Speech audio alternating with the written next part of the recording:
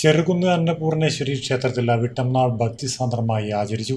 ക്ഷേത്ര പാരമ്പര്യമനുസരിച്ച് അതീവ പ്രാധാന്യമുള്ള ദിനമായ അവിട്ടംനാളിൽ പുലർച്ചെ മുതൽ പ്രത്യേക പൂജകളും അർച്ചനകളും ദീപാരാധനയും നടന്നു.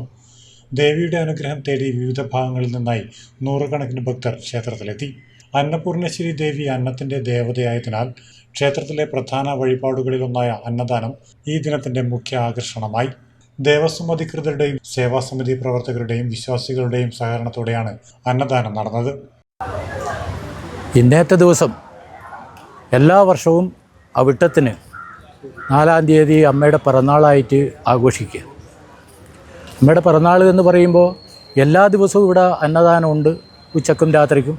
പക്ഷെ അവിട്ടം എന്ന് പറയുന്നത് പിറന്നാളാണ്. ഈ നാടിൻ്റെ നാനാഭാഗത്തിലെ ഭക്തജനങ്ങൾ അമ്മയുടെ പിറന്നാൾ ദിവസം ഇവിടെ എത്തിച്ചേരും.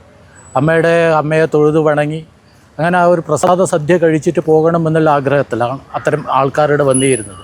ഇവിടെ വന്നു ചേരുമ്പോൾ തന്നെ ആ ഭക്ഷണത്തിൻ്റെ രീതി എന്ന് പറയുമ്പോൾ ഇവിടുന്ന് ഒരു നേരം ഭക്ഷണം കഴിച്ചാൽ പിന്നീട് അന്നത്തിന് മുട്ടുണ്ടാവില്ല എന്നും അതുപോലെ തന്നെ വയറ്റിലെന്തെങ്കിലും അസുഖങ്ങളുണ്ടെങ്കിൽ അത് മാറിക്കിട്ടുമെന്നൊക്കെ ഐതിഹ്യങ്ങളിൽ പറയുന്നുണ്ട്.